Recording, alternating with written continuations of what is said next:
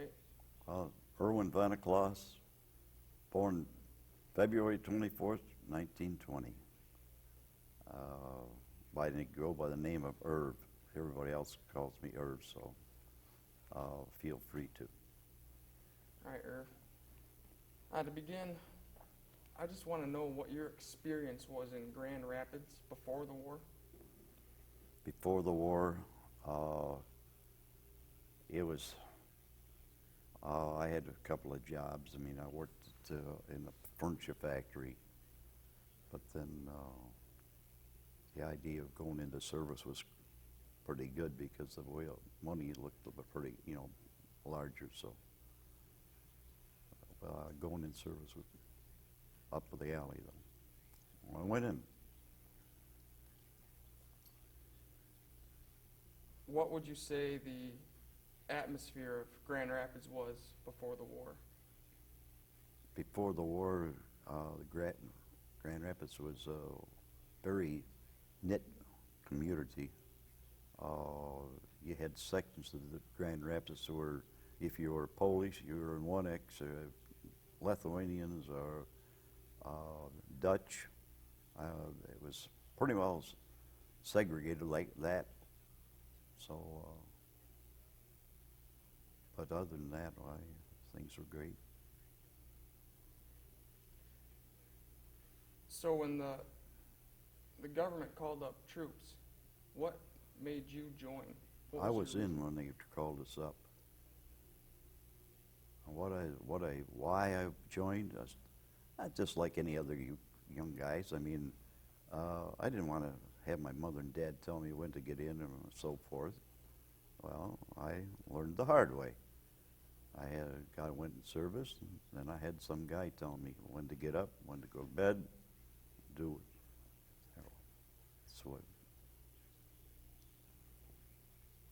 So what did your family think about you joining the military, National Guard? They didn't have any feelings whatsoever. I mean,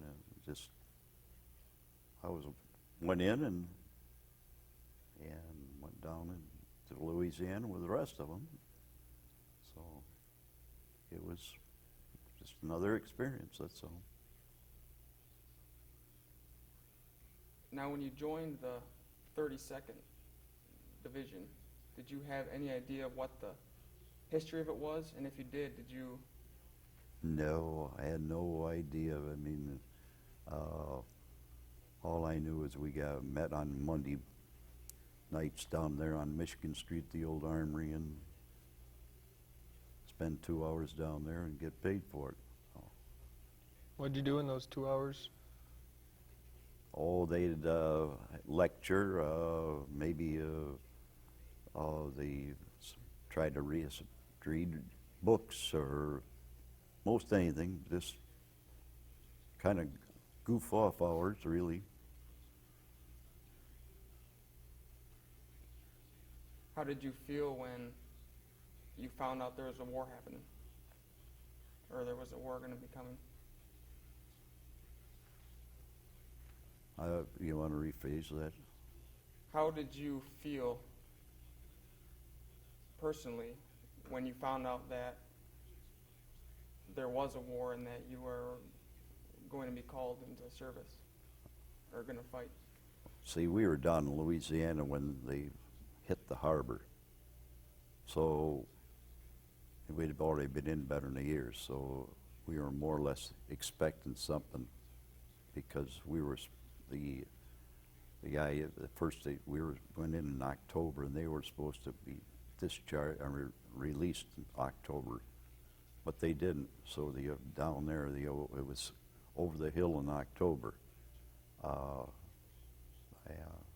But then they hit the harbor, and of course, after the harbor, it was just you expect everything and anything. Oh, get us out to the Frisco as best they could.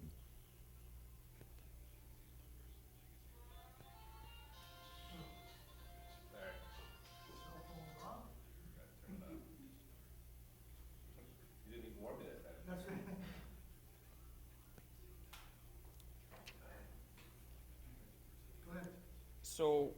when Pearl Harbor was bombed, what were your first thoughts?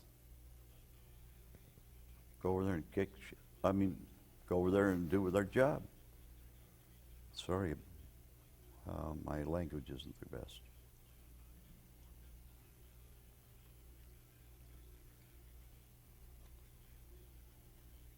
So explain, please, your daily routine in Australia, in the boot, or Louisiana, the training in the boot camp. Get up in the morning, make your bunk, hit the line, have something to eat, go through the line again, get a sandwich and jelly and peanut butter sandwich, jam together, go out at the boondocks, and because it's most of that, it was a lot of swamps.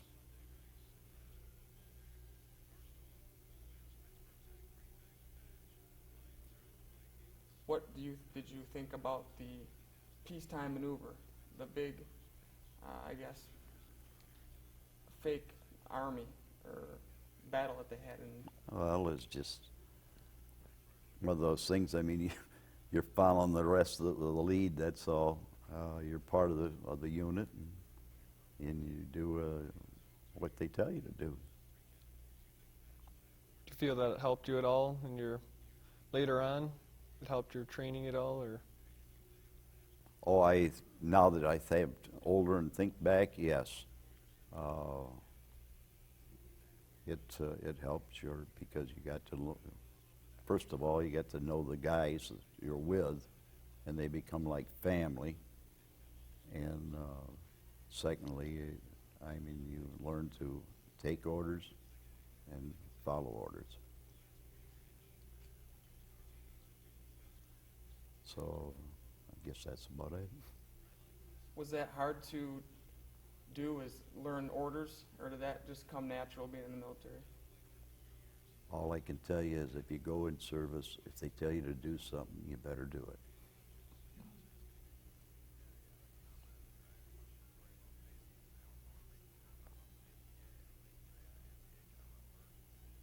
So what was your first reaction when they told you that you were going to head to Ireland, which is where I believe your division was first heading, but they changed course and headed to the South Pacific? Well, like I say, I mean, you wonder who's directing the show. Let's get the show on the road, but on the right track. I mean, you know this war's going on, so why go through all that motions and then end up over in Frisco to get out to the Pacific? So, but orders are orders, so they ought to know what they're doing. That change your mindset at all? You know, you're expecting to go into Europe and fight the Germans, and then you got changed. No, didn't for me, because knew that we're going over there to do a job, but didn't know where. But so after we got to on the boat, or then we realized where we're going. So. How was your first travel across the Pacific? I'm assuming it's your first time across the ocean. What was your experience like? Going out of the harbor was like a ride in an elevator, and I was on the back deck, and this is a luxury line, the lower line, and it was just up and down. I mean, I don't think there's too many guys that weren't sick. It was a rough night, but hey, you get through it. They pack you on there pretty good, or what were your? Well, they didn't leave too many spots open, let's say that.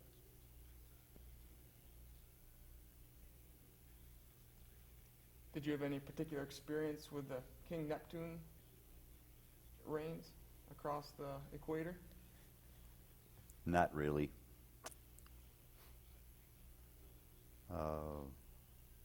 I can't say I did, no.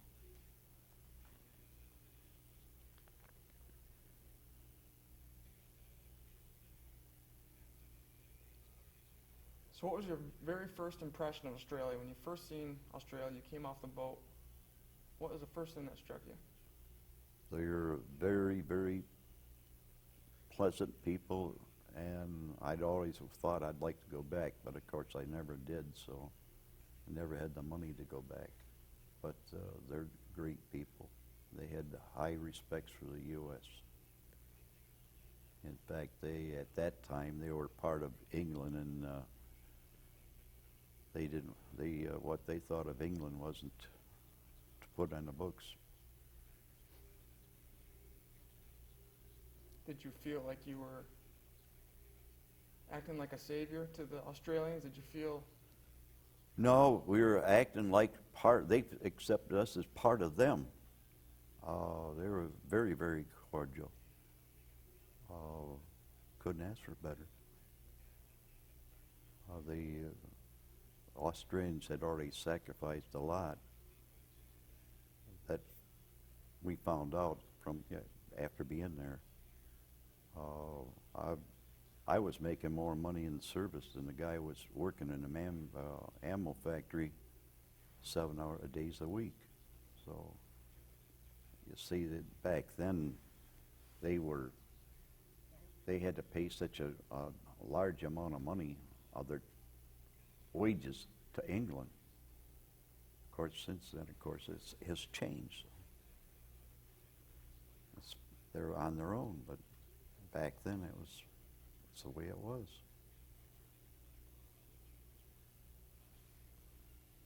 Did your relationship with the Australians change after you were in combat with them, or is it? My relationship with the Australians in combat was nothing but the best. In fact, I probably learned more from the Australian about actual combat than the Army ever taught me. And I'll never forget, we got into New Guinea. I was assigned to pull up be behind the gooks, or the natives, the carriers, and they gave me a Thompson, and it had the big 50-gallon drum. And he said, "Yank, why don't you put a sign on your head?" He said, "Short burst," and it's rattle, rattle. I mean, you just, oh, it's probably the first thing I got, in the one of the most important things I guess I ever learned from him is from the Australians. They're tremendous fighters.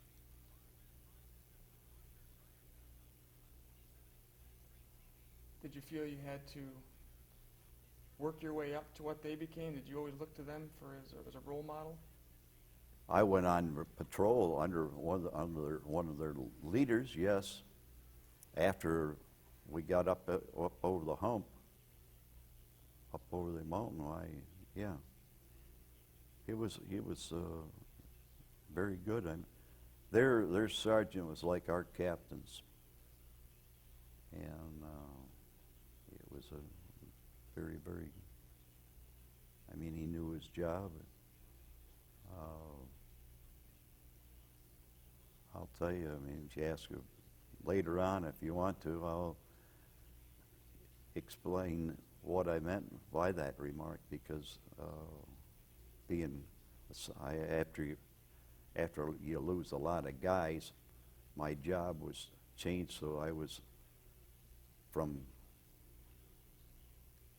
watching the natives carrying. After all, your stuff runs out. Plus the fact the natives are only going to go so far, and they're going to go into the real combat zone. So that's when I was assigned to the headquarters, and I had communication experience. So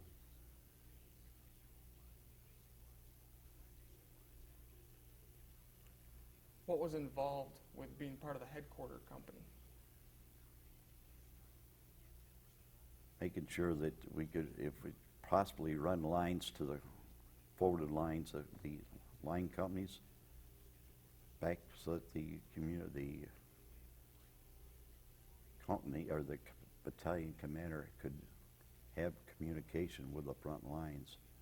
It wasn't always possible, but as much as we could.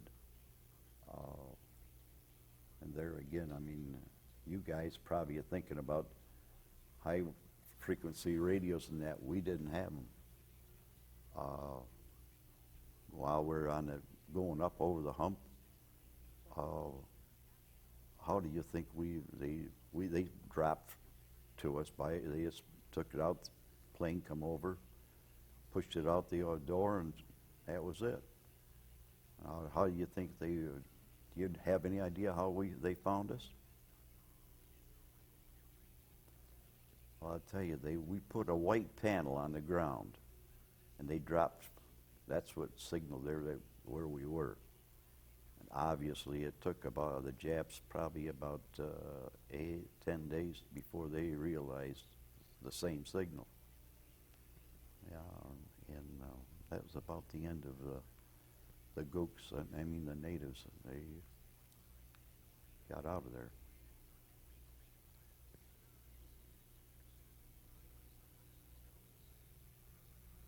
Now, before you said that you learned a lot from the Australians, did you feel that you weren't, or how did you feel about your overall training that the military gave you?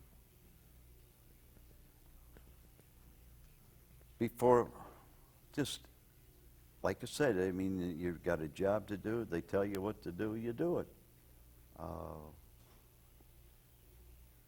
And that's about the way I can explain it. Is whatever you're obviously, if you get into close combat, then it's head to head. I mean, sure, you're told to protect a certain portion, but it's head to head. I mean, and there again, you got to remember that the Japanese were just like the people in Iraq right now. I mean, they sacrificed themselves. It was an honor for them to die for the country. So we had to be watching out for that. And this is where the Australians taught me you don't take prisoners because there's no place to keep them. And if they did, you'd have to feed them. And we were getting hungry anyway. So that's why it just, these people that always, right now they're singing about the atrocities. Well, they don't know what war's like. Because your whole feeling, I mean, I was brought up and raised Catholic, in which you don't kill. But, hey, the first one whistles by your ear. The second one, you don't take the chance. I mean, this is the way it goes. I mean, your whole, take it just a split second of it takes your whole instinct changes, so that you become a member of the group, and the guys the guys in the unit are like brothers. They fight for each other.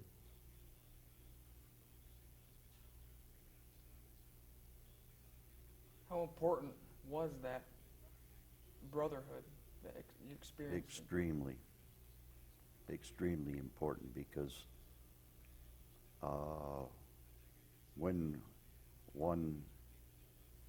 if they went down, you tried to get them back so they could be taken care of. There again, I mean, the medics, all they had, they were with us, they were like walking with us, and they couldn't. The Army is supposed to have they were supposed to have the Red Cross on there. Well, hey, that's another thing. The Australians, you don't do it. You don't advertise what you are, because you're the first one they're going to get. So, How did new recruits affect that? I mean, did it take a while before you finally trusted them, or, you know, before you finally considered them equals? the recruits, they had to have enough members to be a combat unit, and so that when they draft, they took the draftees, put them in there. They had very little training, really. So a lot of them, I mean, their experiences had to be the hard way.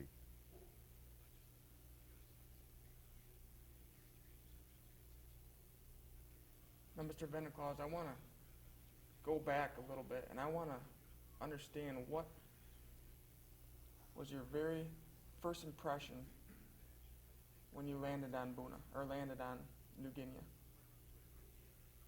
That was probably the most useless feeling, because you're on the ship, I mean aboard the landing craft. They drop that gate, you go off that, and you're in water about chest high, so you have the gun over your head. Oh, you're dead meat if somebody's there, because all they got is your chest and your head to shoot at. Oh, it was get out of that water and take cover. This is what happened. I mean,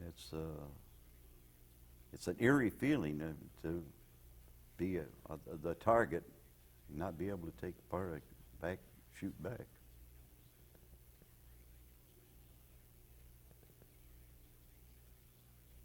Did you understand what your mission was when you landed, or were you very clueless as to what you were supposed to do? We didn't. The communications between, if you study far enough, you find out the communications weren't that great. Just like today, I mean, you've got the province in Washington, they had it the same way. The left hand didn't know what the right hand was going to do, and then so for us, we weren't told what we were going to do or how or why. All we know is we follow orders, and our orders were to hit the trail and go up over the hump. So we were supposed to protect the one side of the Australians who had already been there, and that's what we did.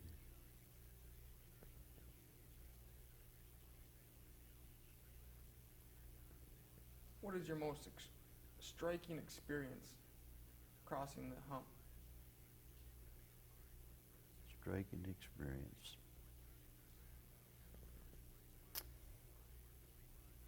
I guess being bombed and strafed. Like I say, the Japanese took that white sign and they used it to their advantage. They did a pretty good job.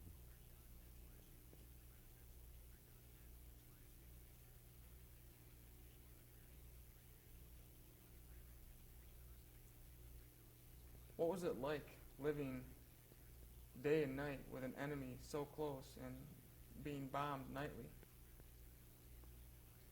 They didn't bomb during the night. They bombed they bombed and strafed during the day. It was just take cover, hope and pray for the best. At night, well, you don't sleep. You rest, but you don't sleep, because you're always waiting for that to hear some noise or some movement, because in the jungle there, when you take a position in the dark, you don't move, because one of your own guys could shoot you. So just one of those things. I mean, you rest, but you don't sleep. you don't fight the mosquitoes and that. I mean, by that time you get so used to being bit by mosquitoes. I mean, hey, so what?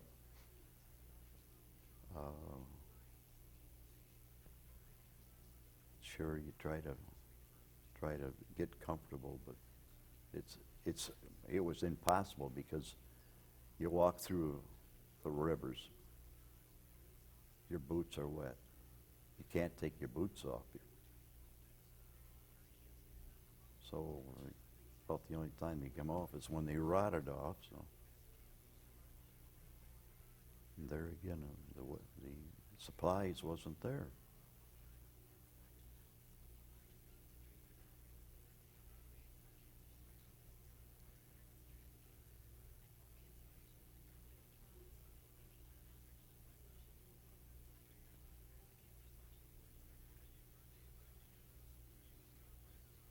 So what does it mean to sleep with one eye open? If you could explain it, I guess, if you can. Well, you get rest, but you don't sleep. In other words, your body, you rest, but you're not getting any sleep because of the fact that you know that the enemy's out there and any movement, I mean, you're just waiting to move, I mean, defend yourself.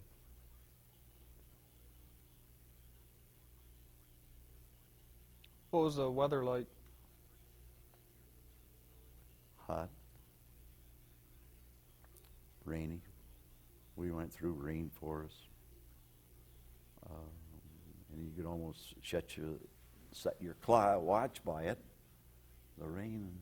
But there again, you dry out.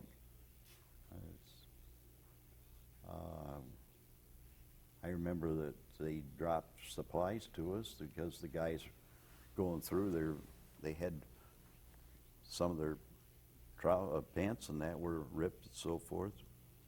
And the first drop they gave for us was blue jeans.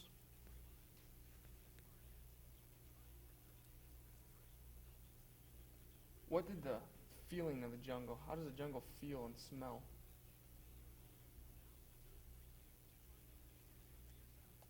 After being down Louisiana, I guess you got used to that kind of a smell. It's a moldy type smell,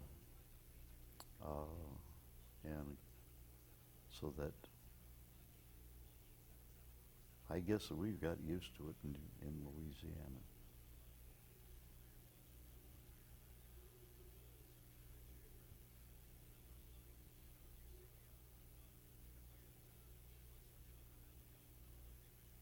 What type of diseases and illnesses was there that you experienced or everybody experienced in the South Pacific? I don't know. I can't speak about everybody. I can speak for myself. Malaria, dengue fever, jungle rot.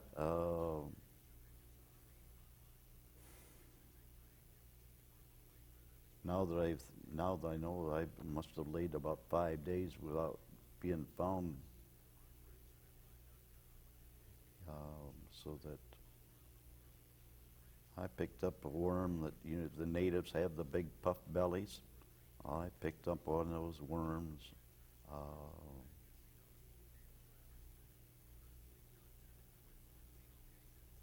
Nervousness.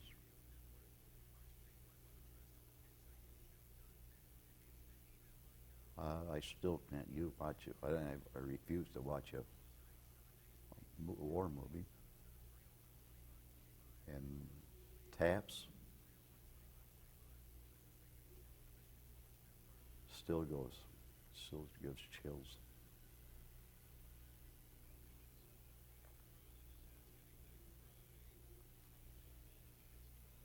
You mentioned that you laid 5 days.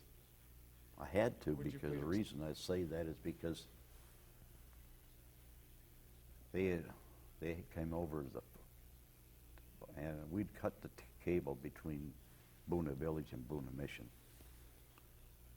And Sergeant Botcher was trying to get his citizenship back was with us. And the old man, I mean, by that time, Stutter & Smith was our commander, battalion commander. And if you were talking to him like you and I are talking now, he'd just stutter something fierce. But when he got mad, he didn't stutter. I mean, you knew what he meant. So,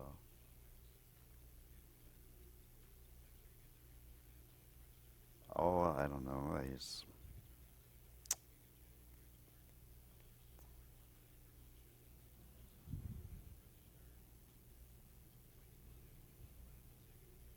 I guess it all. Can't say too much.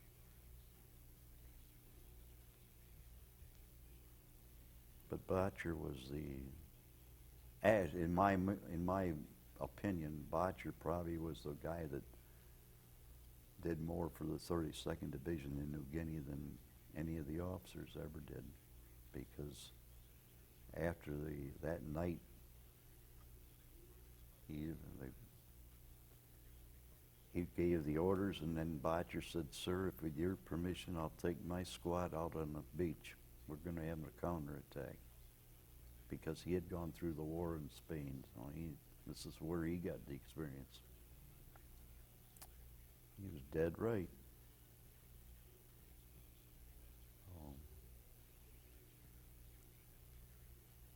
He wasn't promoted from sergeant to a captain, I believe, but he deserved that plus.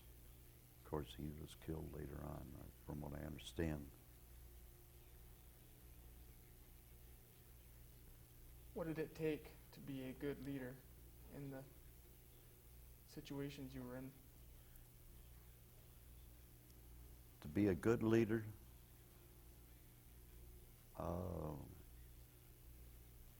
to have as much knowledge of the situations as possible, and have a lot of, and be dumb and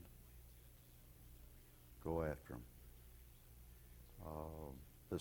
Like I said, before we captured Buna village and Buna mission, I was sent on patrol with this Australian. I was one of the patrols. Made a sharp right, the trail, and he threw up the high sign, and we all hit the deck. He picked up a stick and threw it. They had twin machine guns right around the corner. So, I mean, if we'd tried to go around there, we'd all been wiped out. In fact, that's when, and I didn't realize that there's that much brass up there. Eichelberger came up with all the rest of his, and he asked this Australian, he said, "Well, what's the matter?" And of course, the Australians, they click their heels and throw the high ball, and he said, "Twin machine guns right around the bend, sir." Eichelberger said, "Get around there and wipe them out." And the Australian clicked his heels, threw another high ball, said, "Yes, sir, we're right behind you." Eichelberger never said word one. He just turned and got out of there.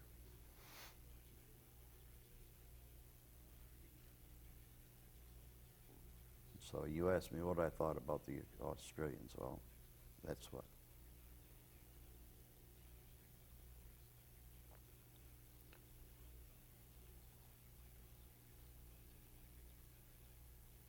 What was your first experience, or what was your mindset of the Japanese before you went into combat? Did you think they were anything? just another person? But once you see get into combat, they're an enemy, and it's either you or them, and you make sure it's them and not you, because, like I say, they tied themselves in trees, snipers, and in the jungles they try to move forward in single line, and they just pick out the guy they wanted and bang, and they'd have him. Obviously, they knew their position. They gave their position away so that they just get hit, and then dangle like a tree or a tire hanging from a tree, you know. Dangle, so sure they screamed, but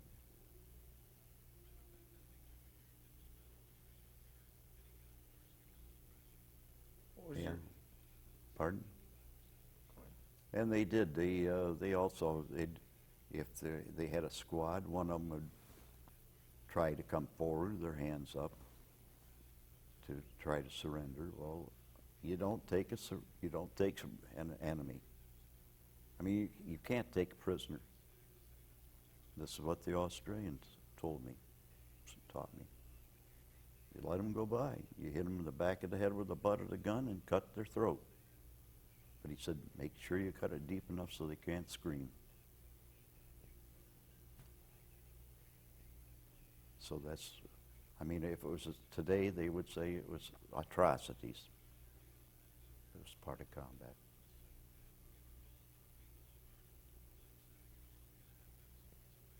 I mean, never be taken a prisoner, because the Japs were tremendous on torture before they killed you.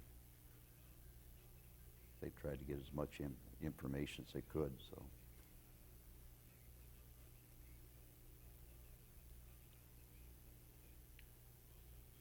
Mr. Veneklase, what was your first reaction when you saw that enemy Japanese for the first time?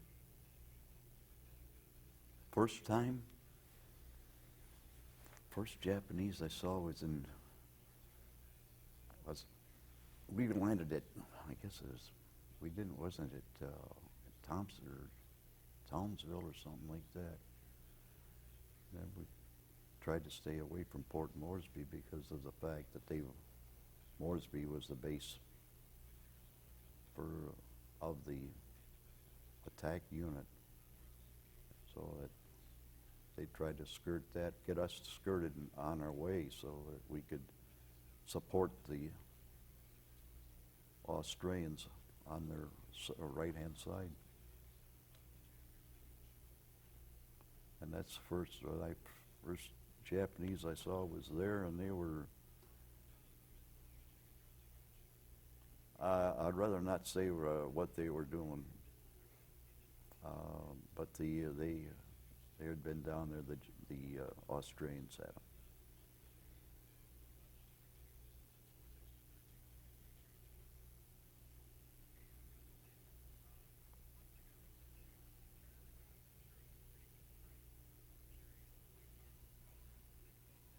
How about in combat?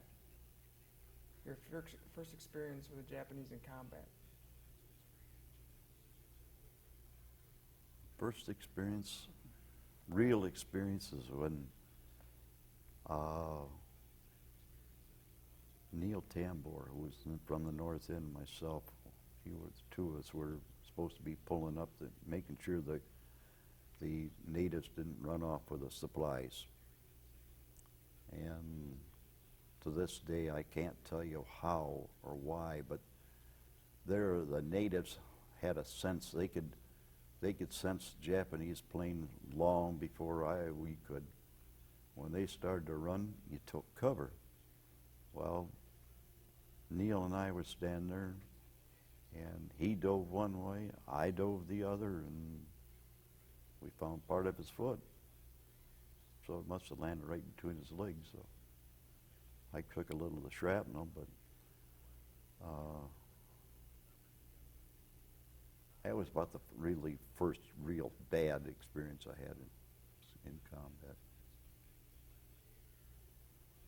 So, I mean, to see somebody just like you and I are sitting here talking, and all of a sudden, he's gone, that's all. Being the fact from he was from the north end, I was from the north end. So.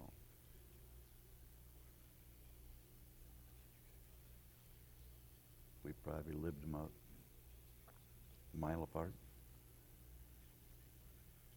Went to the same school.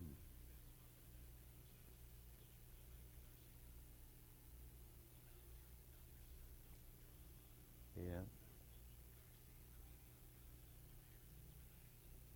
there's a fine line between love and hate. And about that time is when the line changes from love to hate. From then on, it's get everyone you can.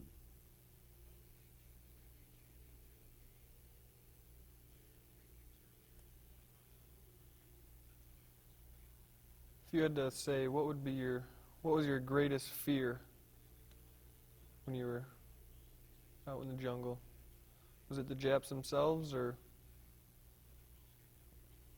Oh, probably, and that, and the fact that the goodies go upstairs and see the good, have the good Lord pass judgment, I guess.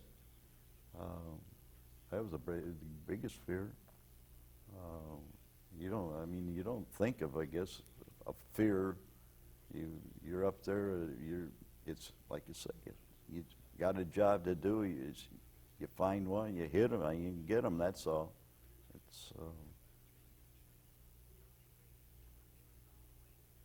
It's just. I don't know. I can remember going up to. We got to closer to the village and mission when they had set up they got a couple of coconut trees. And they dug a bunker behind it. And coconut trees, you could shoot a cannon at them, and I don't think it'd penetrate. But anyway, this guy volunteered, given all the fire he could. He'd get up there and was going to drop a couple of grenades, or at least one grenade in behind it. And we did.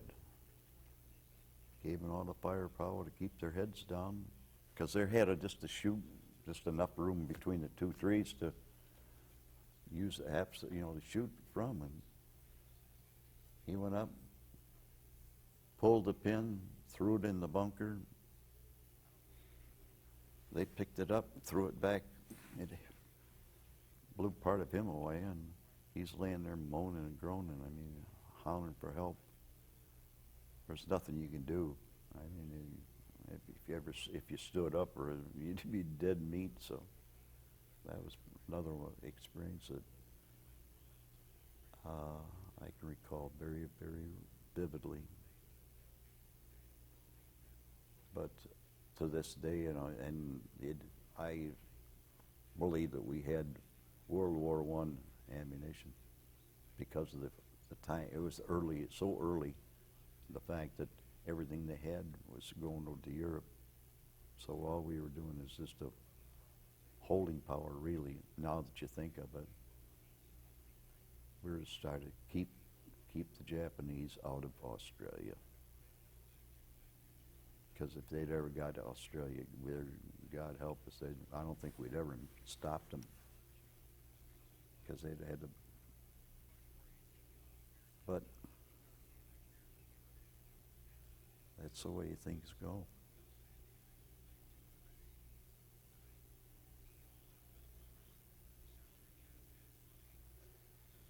Did your hatred for the enemy drive you and give you?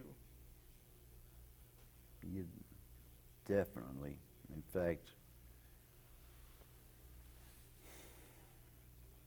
I would say that as I was discharged from the hospital, I got back to Grand Rivers, and if I'd ran into a Jap in the street, I'd cut his throat quicker than I wouldn't even blink an eye. I just cut his throat, period. That's how much you get to hate them. Sure, you mellow over time, but it takes time to mellow too. But some of the things that you went through and saw, it's absolutely hate.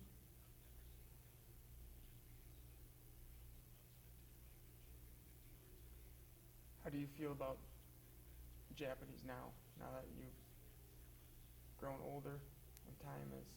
Oh, how do I feel towards them? They're fine. They're a human being. They should be treated as such. I have very strong thoughts about why we went over and kicked the hell out of them, and then turn around and buy all their automobiles. But I'm not very happy about that. But this is the way the country went, so there's nothing I can do about it.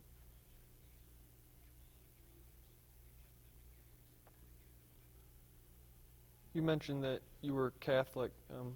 How much of a role did your religion play while you were? Very, very, very much. In fact, I had my knife, my rosary. That's the two things I brought back with me.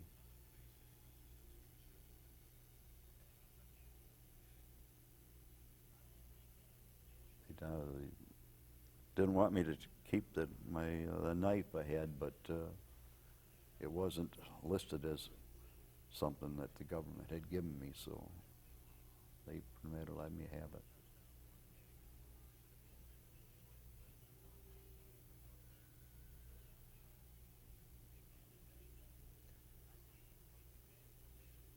Did your view on your spiritual life change at all when you were in the midst of the heat of battle?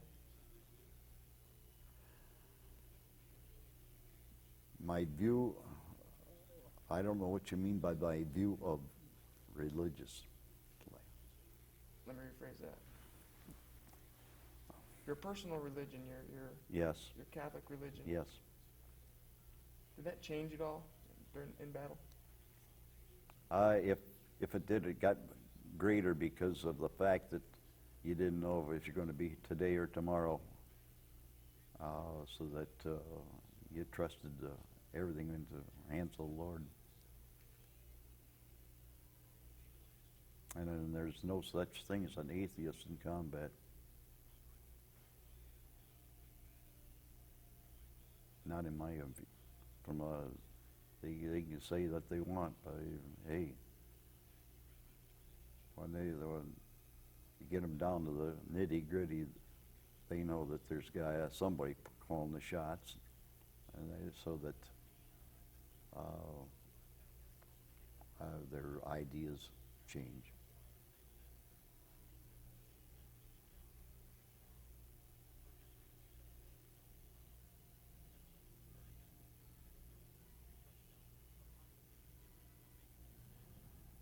Now, Mr. Veneklase, I kind of want to get back to Buna and the Kokoda Trail. What was the Kokoda Trail, and describe what it was like? It was just a dirt trail. I mean, that you could walk on. It was stones. I mean, it just through the country. It was just a way of getting from one point to another. It wasn't a direct. It went by the country, the side. I mean, obviously, you come through a valley. You walk through the river. There was no bridges, so you just get from one to the other. And there again, I mean, you get through it as fast as you can because open water. It's a dead area. I mean, if they want it, if there's anybody's there, so you get through as quick as possible.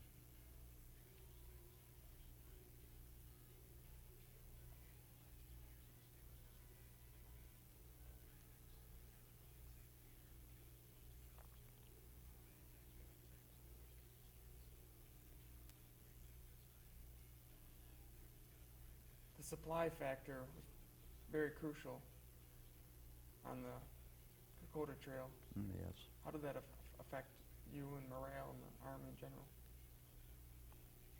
They couldn't find us for 3 days to drop to us, so, and I mean, there was 3 days that they couldn't drop to us. I don't know why. I've just never told why. Probably because the Japanese had come over and bombed Moresby. I don't know. All I know is that we went 3 days without supplies being dropped to us. And I'm sure that that's exactly the way I picked up that worm. Because we came through the village and it looked like a chicken. Its head went off. And raw meat doesn't taste that. Raw chicken doesn't taste good. I mean, that bad if you're hungry.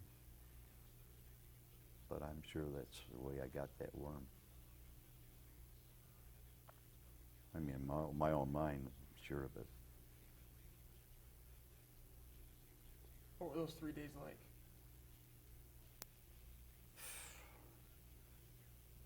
Have you ever gone without food for a day? Well, I would suggest you try it sometime. You know what then you'll appreciate a hamburger or a peanut butter sandwich. You'll think you're living like a king.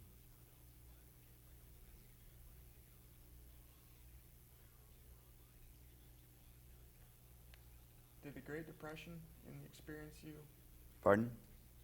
the experience you had through the Great Depression growing up, did that help you or help you adjust to these circumstances? Oh, it helped me because although my father, of course, was very, very strict with her and said, you on a meal, it's on your plate, you ate it, whether you like it or not. It's on your plate. He didn't care how long it took you. You ate it. My mother probably took Hamburg, which is about all we could afford. She could make a meal out of Hamburg in so many different ways that it was, thank God she could. So, and I was in a big family, so.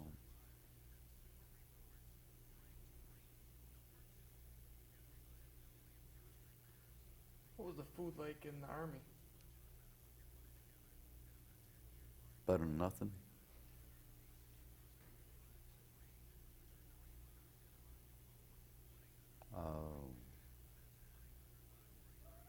But you get used to it. I mean, after all, the guys are cooks, but they're not chefs. So whatever they have, you enjoy it.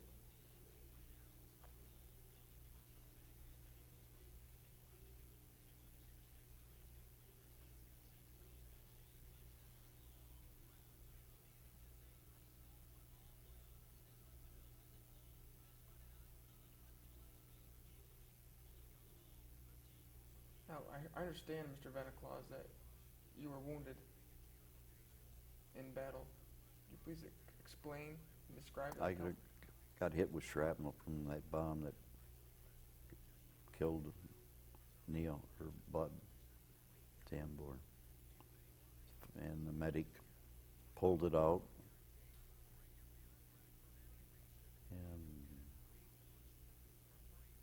put a patch on, and the following day he was killed. So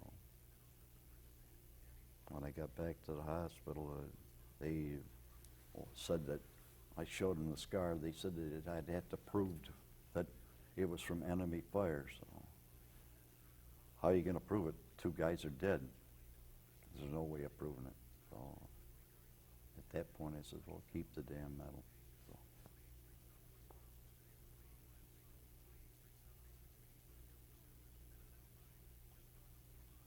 So was that your ticket home? Pardon? Was that your ticket home? No.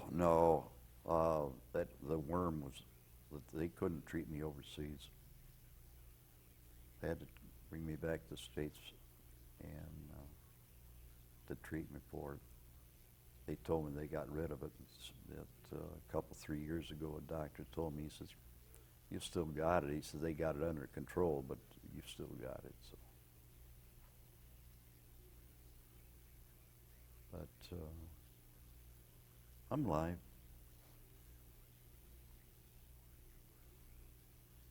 That was the reason they had to bring me back. See, and back, stop to think, I mean, they didn't have hospital ships back then. I came back on an old Dutch freighter. And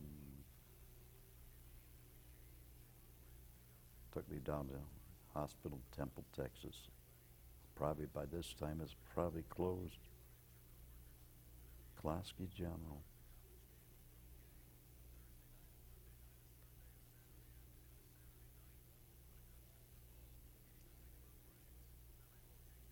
Now, did you,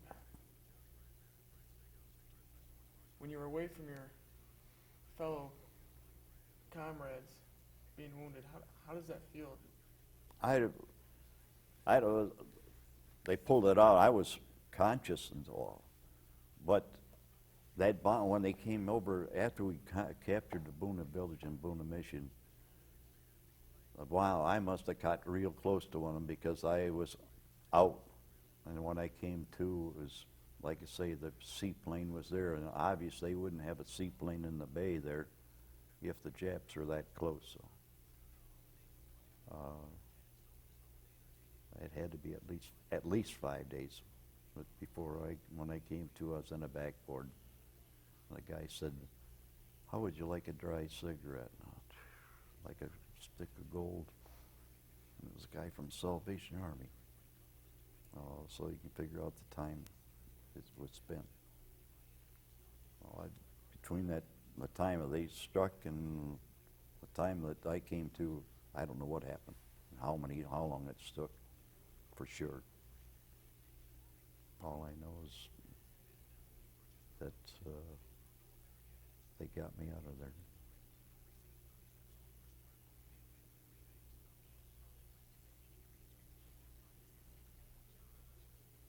You mentioned, Mr. Veneklase, you had cigarettes. How much of a factor were cigarettes and maybe even beer in? I never drank and never smoked until I went in service. See, my dad was, like I said, was very strict, and I played a lot of baseball. So he was death on. I mean, he just, you're going to want to smoke, give up ball. I'm not going to give up ball. So you ask about his being strict, yes. The kids in the neighborhood went to a Berean Baptist church, and they said, "Well, go up and this down." You got to remember, this is back when you walked into a different church. I mean, it was just like it's a no-no. Today it's nothing, but so I went up there and I got to go to their picnic. Well, came home with a brand new glove and a ball, a baseball. Couldn't wait to show my dad. Showed it to him. "Where'd you get it?" Told him. Never said a word. Just put his shoes on. Says, "Come on. Go back up that rectory and give him back that ball and glove." He says, "You just like stealing it. It doesn't belong to you."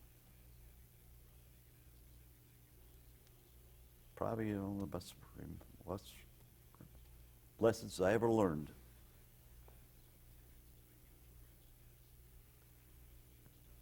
How was coming home after the war was over? I was home long before the war was over. I got out in 43. The war was ended in 45. Yeah, because I was married in 44.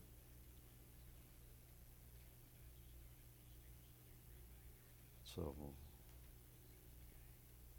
a lot of celebration. For me, it was, I have wife, son. We didn't have a car. We didn't have money for a car. So, where we went, we walked. There again, like I say, I could talk to you as like a father and tell you, I mean, these kids today you're spoiled. When's the first car you got? 16. The old man give it to you? No, sir. You had to have some way of getting it. I bought it. I worked on a farm when I was younger. Okay. But generally speaking,